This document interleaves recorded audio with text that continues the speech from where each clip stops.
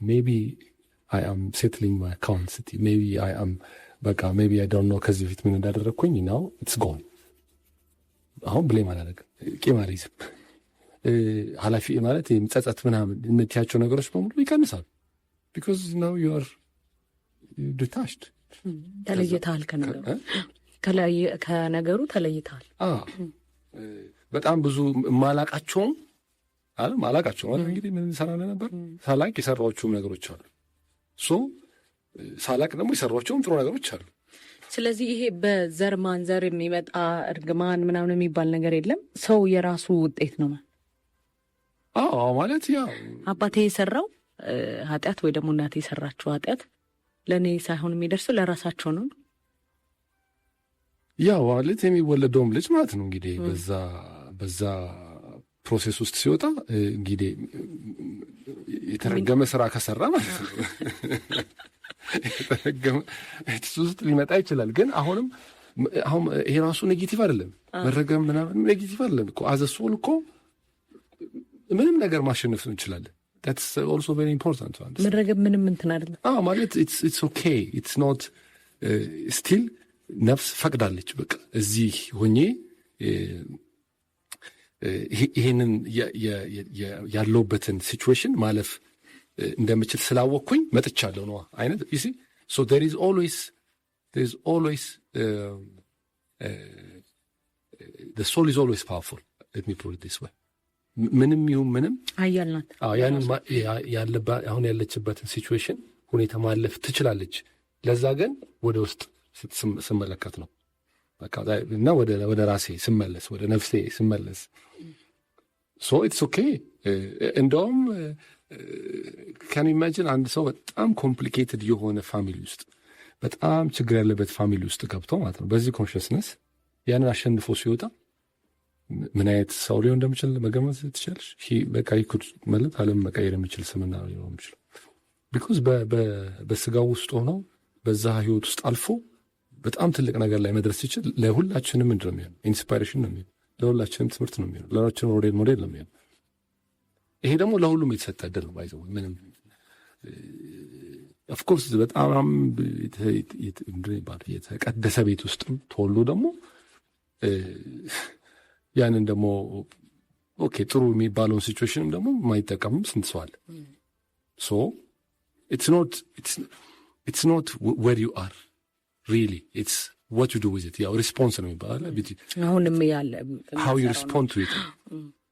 ላይፍም እንደዛ ናት። በዚህ ካል ማለት ክስተቱ እኮ የተለያየ ሆኖ አለ።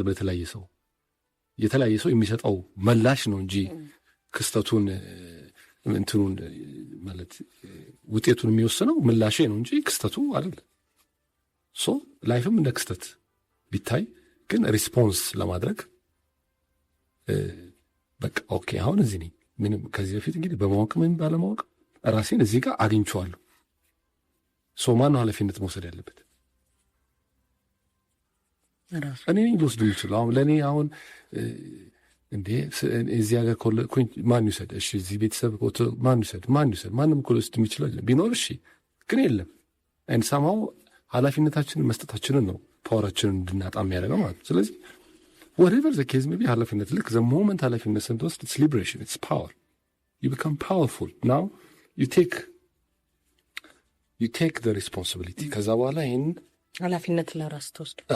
በነገራችን ላይ ማንም ሰው እኮ ኃላፊነት ሲወስድ ለውጥ ያመጣል። ምንም ጥያቄ የለውም። አይደለም በራሱ ፐርሰናል ህይወት አይደለም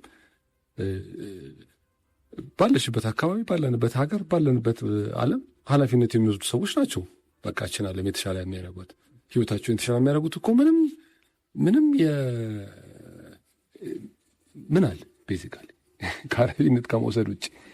ኢማጂን የኃላፊነት ወስጄ አገራዊ ለውጥ ማምጣት እችላለሁ፣ ዓለማዊ አቀፋዊ ለውጥ ማምጣት እችላለሁ፣ አካባቢ ለውጥ ማምጣት እችላለሁ፣ ወይ ኦርጋናይዜሽናል ለውጥ ማምጣት እችላለሁ የሚል ሰው ለውጥ ካመጣ ኢማጂን ደግሞ ያ ነገር በፐርሰናል ህይወታችን ላይ ሊያመጣ የሚችለው ታላቅነት ሊያመጣ የሚችለው ምንነት በጣም ፓወርፉል ነው። ሰው በዛ ኮንሰፕት በዚህ እይታ ስናየው የተከስተው ነገር ምንም ማለት ነው። ከባድ የሚሆነው መቼ ነው ብትይ በቃ ለእኔ ህይወት ለእኔ ማንነት ለሆኑ ሰዎች አሳልፌ ከሰጠው በኋላ በቃ ምንም አለ ጨረስኩ ማለት ነው። ምን አደርጋለሁ ከዚህ በኋላ? ስለዚህ አሁን አንቺ እስክትቀየሪ ልጠብቅ ነው። ያው ኦፍኮርስ ስትጠብቂ በመሀል የምሰራቸው ስህተቶች ምናምን ጭንቀቱ፣ ብስጭቱ ምናምን በሽታው ሆነ ያው ኦፍኮርስ ረጅም ዓመት መኖር ትንሽ ከብዳል ብዬ አስባለሁና ጤናኛ መሆኑ መኖር ሜንታሊም፣ ኢሞሽናሊም፣ ስፒሪቹዋሊም፣ ሳይኮሎጂካሊም፣ ፋይናንሻሊም somebody has to take full responsibility of his life now እና so በዛ ሴንስ it's a very powerful concept። በጣም በርካታ ቴክስቶች እየገቡ ነው። 0923 90 ሚል ስልክ የስፒሪት ወይ ደግሞ የመንፈስ መጀመሪያውና መጨረሻው ምንድን ነው?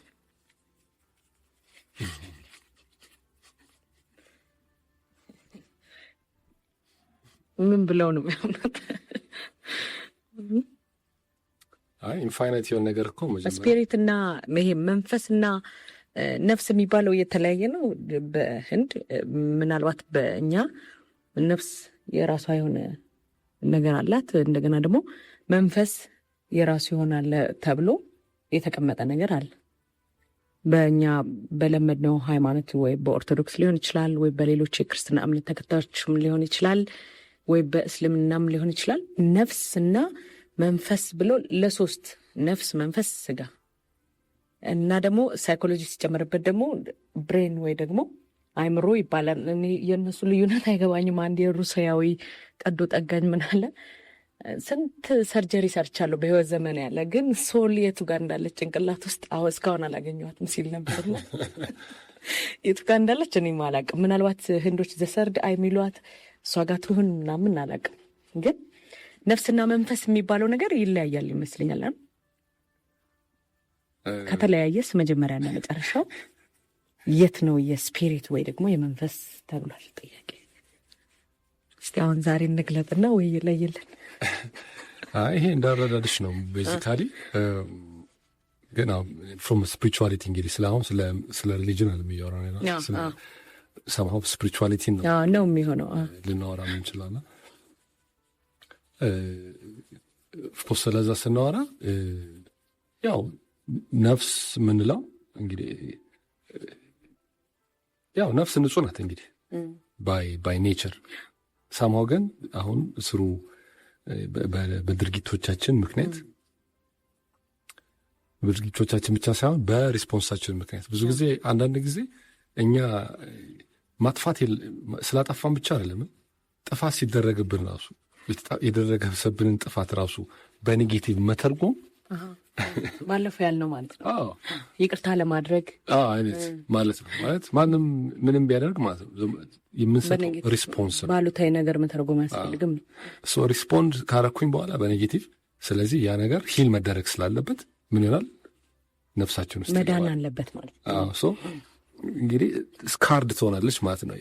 ጠባሳ ይኖርባታል ማለት ነው። ስፒሪት ሶል ነፍስ እንደምላት ማለት ነው። አሁን ትልቁ ስራ አሁን እንግዲህ ስለ ሜዲቴሽንም አላነሳንም፣ ስለ ሌሎች ኤፈርቶችም አላነሳንም እንጂ ግን ምንድነው አሁን እነዛ ጠባሳዎች ያው የሚፈጥሩት እንግዲህ አሉታዊ እና ፖዚቲቭ የሆነ መንፈስ ይኖረው ማለት ነው። አሁን ስፒሪት ባድ ስፒሪት ይባላል። ባድ ስፒሪት አለው ወይም ፖዚቲቭ። አንዳንድ ሰው ደግሞ ስፒሪቱ ደስ ይላል፣ ግርማ ሞገሱ ደስ ይላል፣ ሲያው ደስ ይላል እና ኤነርጂው አለ you feel because the vibration is very powerful ማለት ነው። ያው ሶል በቫይብሬሽን ስለሆነ የሚገለጸው። ስለዚህ አሁን እነዚህ ባድ ስፒሪቱ ያው መውጣት አለበታ። ሌላ ምን ማድረግ ይቻላል? አይዘር በናሴም ስህተት ሊሆን ይችላል፣ በኢራን ሶክ ስህተት ሊሆን ይችላል። እኔ ውስጥ የሚፈጥረው አሉታዊ ትርጓሜ የሚፈጥረው ኔጌቲቭ ቫይረስ ማለት ነው። ቤዚካሊ the soul get virused, so you have to have አንቲቫይረስ ማለት ነው። እሱን ካላደረግን ያው እንግዲህ ንዴቱ፣ ብስጭቱ፣ ጥላቻው፣ ቂሙ፣ ጸጸቱ፣ እነዚህ ሁሉ ምንድን ናቸው? ባድ ስፒሪት you can justify it ጀስቲፋይ ላደረገው ይችላሉ። ግን አልቲሜትሊ ባለፈውም ተነጋግረናል፣ ምንም ጀስቲፋይ የሚደረግ ነገር የለም። በቃ ማንም ሰው ምንም ያርግ ምንም ስፒሪት ሶል ናቹራሊ ፎርጊቭ የማድረግ ፓወር አላት። በቃ ይቅር የማለት ነገር አላት። ስለዚህ እሱን ኤክሰርሳይዝ የማድረግ እና ያለማድረግ ነው። ካላረኩም ደግሞ አትሊስት አንደርስታንድ አድርጌ ኦኬ ይህንን ይቅር የማድረግ ችሎታ ይቀረኛል፣ ስለዚህ አይ ሃቭ ቱ ወርክ ኦን ኢት። አልቲሜትሊ ግን አይ ሃቭ ቱ ፎርጊቭ። ምንም ኢተርናል የሆነ ነፍስ ምንም ትርጉም የለውማ ይህንን ይዞ ወደሚቀጥለው በርዝ መሄድም በዚህኛውም ላይፍ ላይ መሰቃየትም እና ሶ ጉድ ኤንድ ባድ ስፒሪትስ የምንለው በውስጣችን በእኔ ውስጥ ነው ያለው። ባይዘው ማንም ውስጥ ሊሆን አይችልም። እዛ ጋር አለ እዚህ ጋር አለ ብትይው ትርጉም ዳዝም ያደረገና እኔ እስካላየሁ ድረስ እኮ ልጆች አይተሽ እንደሆነ they don't care ስፒሪታቸው somehow ፒዩሪቲው ስትሮንግ ነው አለ ምን ያረቻው አይደል? so for them it's all great, it's all good except እንግዲህ አንዳንድ ለየት ያለ ነፍሶች ካልሆኑ በስተቀርና so the bad spirit has to be removed። መጥፎ የምንለው ውስጥ ያለው ማለት አሁን እዛ ውስጥ of course the religion has a great space ማለት አሁን ሰው ወደ ፈጣሪው ሲሄድ ጸሎት ሲያደርግ ሲጾም ሲጸልይ ጥሩ ነገር ሲያደርግ ምንድን ነው የሚሆነው? ወደ ነፍሱ ይቀርባል አለ። አሁን ብዙ ጊዜ የምታየው በተለይ በጾም ጊዜ ሁሉም ብዙ ሰው ለነፍሱ ቅርብ ነው። ያኔ እነዚህ አሉታዊ መንፈሶች ምን ይሆናሉ ማለት ነው? ይወጣሉ ማለት ነው። ያ ሲወጣ ደግሞ ነፍሴ ጤናማ መሆን ስትጀምር ኦፍኮርስ የሚያጋጥመኝ ኤክስፒሪየንስ የሚያጋጥመኝ ኢቨን ቻሌንጅንም ኢቨን ነገሮችንም የሚሰጠውም ሪስፖንስ ምን ይሆናል ማለት ነው? ይቀየራል ማለት ነው። የስ ዘይዱ ኤግዚስት ያደርጋሉ ሁለቱም ኔጌቲቭም ፖዚቲቭም። ግን ጥያቄው ምንድን ነው? ይኖራሉ አይኖሩም? ኢንቴሌክቹዋል ነው ይኖራሉ አይኖሩም። ግን ዘ ኳስችን ኢዝ እኔ ውስጥ አሉ ወይ ነው። በቃ አንድ ሰው ራሱን መጠየቅ ነው ያለበት። እኔ አንቺ ውስጥ እኖራለሁ እኔ ምን አገባኝ? ስለ እሱ ኢንቴሌክቹዋል ባደረግም ስለ እሱ ባቅም ምንም አሁን ሳይኮሎጂ ፕሮባብሊ ዴይ ኖ አ ሎት ግን ፕራክቲካሊ ዱ ዩ አክቹዋሊ ፊል ኢት ዱ ዩ አክቹዋሊ ኤክስፒሪየንስ ኢት ብትይ ያዝ ዘ ኳስችን እና አክቹዋሊ ሁላችንም ሳይኮሎጂስት ነን by ሰው እስከሆነ ድረስ because the psych is within all of us እና ግን the question is እኔ ውስጥ ያለውን በማወቅ የሚሆን ባለማወቅ ውስጥ ያለውን ኔጌቲቭ የሆነውን ስፒሪት ማስወጣት የግድ ይላል። ይሄ ደግሞ አሁንም ኃላፊነት መውሰድ፣ እውቀቶችን መፈለግ፣ እነዚህን አሉታዊ የሆኑ ስሜቶችን የምናስወገድበት ቴክኒኮችን ማወቅ፣ እንደዚሁም ኦፍኮርስ በልሽ በሪሊጅንም የሚሰጡ የተቀመጡ ህጎች አሉ አይደል? እነሱንም ራሱ መተግበር ያው ነፍሳችንም ጤናማ ያረጋታል ማለት ነው። ምናልባት በሚቀጥለው ሳምንት ስለ ሜዲቴሽን ወይ ደግሞ አርምሞ የምንለው በምስራቁ ዓለምም ላይ በብዛት የሚታይን ነገር የምናነሳ ይሆናል። ከዮጋም ጋር በተያዘ በሪኢንካርኔሽን ውስጥ ይልና አንደኛው ምንድን ነው የህዝባችን ቁጥር ወይም የነፍሳት ቁጥር ለምን ብዙ አይሆንም ወይም ደግሞ አይጨምርም? ለምንድን ነው የህዝብ ቁጥር በየጊዜው የሚጨምረው? ይቅርታ ለምንድን ነው ድጋሚ መወለድ የሚኖር ከሆነ የህዝብ ቁጥር አይጨምርም? ይጨምራል እንጂ። ለምሳሌ እኔ አሁን እንዴት ነው የሚጨምረው? እሱን እኔ ለምሳሌ 40 ጊዜ ብወለድ መልሽምሽ ያው እኔ ነኝ እንጂ የነፍስ ቁጥር አይጨምርም ማለት። if you see it የፖፑሌሽን ኦፍ የሰውን ቁጥር ከመቶ ዓመት ብታይ ሜቢ አሁን ካለው ሀፍ ነው የሚሆነው። ሜቢ ከዛም ያነሳ ይቀንሳል ይጨምራል? ይቀንሳል እንጂ እስካሁን ግን እየጨመረ ነው የሚሄደው። በጣም ነው የሚጨምረው። ለምን የሚጨምረው ብትኝ አንድ ሰው ለመወለድ ስንት ጊዜ ይፈጅበታል? አንድ ሰው ለመወለድ 9 ወር። 9 ወር። ለመሞትስ ብዙ ዓመት። አንድ ሰው ለምሳሌ ሞቶ ዝም ብለን በመሀል ያለውን ሰዓት ዜሮ እናድርገው ብለን ብናስብ 90 ዓመት የሚኖር ሰው ስንት 90 ዓመት ሲኖር በ9 ወር ውስጥ ስንት ሰዎች ይወለዳሉ ብለሽ ብታስቢ ስንት ይሆናል? 90 ዓመት ውስጥ ስንት 9 ወሮች አሉ ብለሽ ታስቢ? በጣም ብዙ 18 20 30 እሺ ኦልሞስት 30 እጥፍ ማለት። አዳዲስ ነፍሳት ይፈጠራሉ ማለት ነው። ይሄ አሁን ወደ በጣም ዲፕ ልንሄድ ነው። ኖት ነሰሰርሊ ማለት አይ ዶንት ቲንክ ዘ ነምበር ኦፍ ሶልስ ላይጨምር ይችላል ያሉት ናቸው። ግን አንዴ ከሶል ስትመጭ ማለት ነው ከሶል ወለድ አንዴ ከመጣን በኋላ ተመልሰን የምንሄደው ሞስት ፕሮባብሊ እንደሚባለው ይሄ ዓለም ስጠፋ ነው ተመልሰን ሁላችንም ሄደው የሚባል ነገር አለ። ስለዚህ የመጣች ሶል አንዴ መወለድ ከጀመረች በኋላ ዓለም እስኪጠፋ ድረስ ተመልሳ አትሄዱም።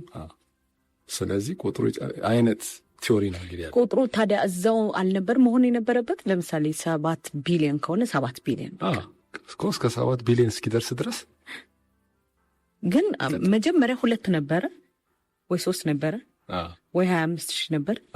ከዛ እንዴት 7 ቢሊዮን ሊሆን ይቻላል?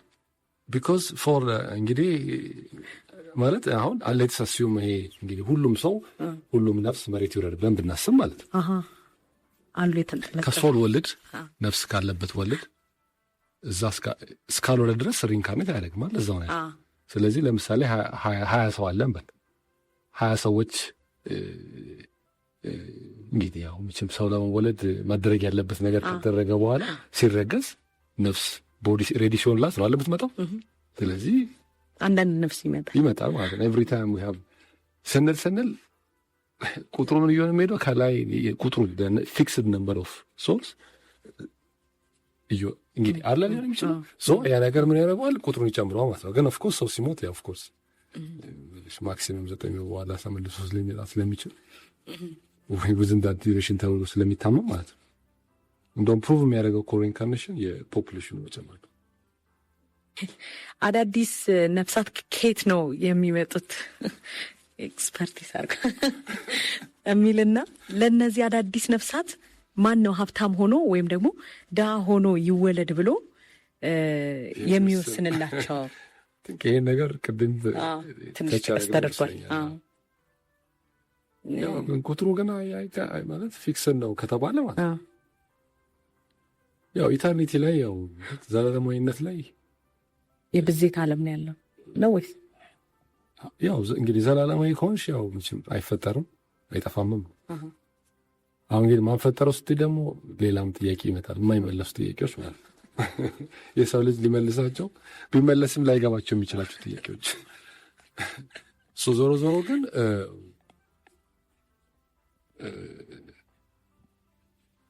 ያ እንደ ነፍስ ሰው ራሱ ማየት ከጀመረ አይ ቲንክ ትልቅ እውቀትም ነው እረፍትም ነው እና ሰርቹ ይቀጥላል። አሁን ብዙ ሰው አይጠይቅም በቃ ማለት ወይ ደግሞ የተመለሰ መልስ ላይ ነው የሚሰራው። ከባድ ነው ስጠይቅ ሙሉ ሌሊት አልፎ ይነጋል ምንም ሳትመልስ። ፍልስፍና ፊሎዞፊ እኮ መጠየቅ ነው በቃ። ፍልስፍና እኮ ማለት የሰው ልጅ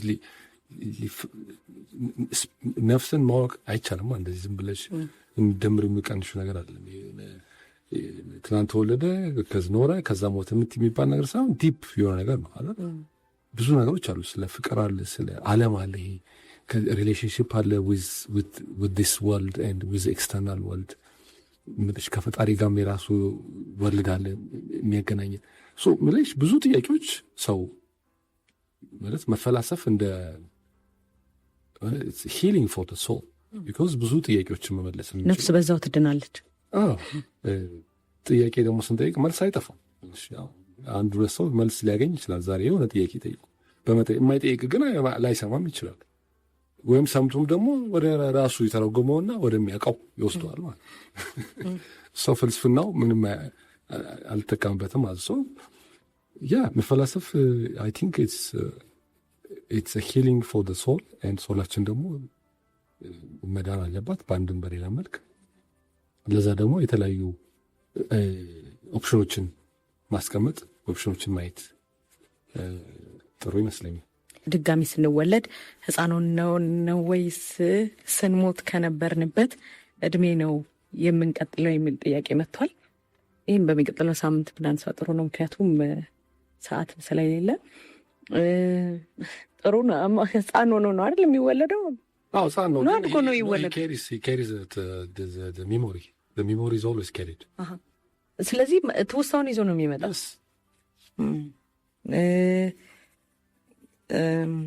እንደ ቀደም እኮ አልኩሽ 2-3 በርዝ 10 በርዝ በኋላም ማስታወስ ስላለ ኢት ኮንቲኒውስ። ዳግም ውልደት የሚከሰተው አንድ ሰው ኒርቫና ደረጃ እስኪደርስ ደጋግሞ ይወለዳል እና አመንሽም አላመንሽም ድጋሚ ትወለጃለሽ ብሎኛል። ስለ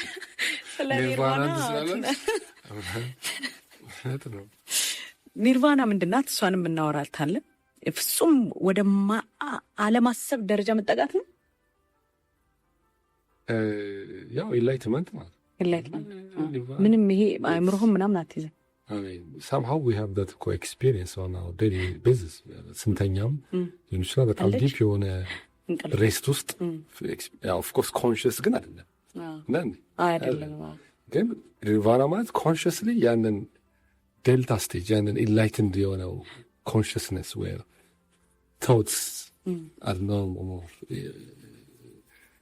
ብዙ ቶቶች እኛን ማለት ምንም ቶትም ላይኖር ይችላል ፎዛት ማታ ያንን ኤክስፔሪንስ ግን ስናደርግ ኮንሽስሊ ሲሆን ነው ኒርቫና አውቃን ማለት ነው እያወቅን በ0923 እና አሰልጣኝ ነው። የመጀመሪያ የኔትወርኪንግ ቢዝነስን በኢትዮጵያ የተጀመረው በሱ ነው። ለማንኛውም ግን የህይወት ክህሎት አሰልጣኝም ነው። እጅጉን አድርጌ አመሰግናለሁ። በሚቀጥለው ሳምንት ያው የምናነሳው ጉዳይ ስላለ ድጋሚ እንገናኛለን። ከተወዳጁ ጣቢያ ከብስራት ኤፍኤም 101.1 ሬዲዮ እየተላለፈላችሁ የነበረው ፍልስፍና የተሰኘው ፕሮግራማችን በእንዲህ መልኩ ተጠናቋል። ቤተልሔም ለገሰ እያስተናገድኳችሁ ከእናንተ ጋር አብሬ ቆይታ አድርጌያለሁ። ስላደመጣችሁን እጅጉን አድርጌ አመሰግናለሁ። ይህንን ስቱዲዮ ለቅቄ ስወጣ ትሪቡን ስፖርት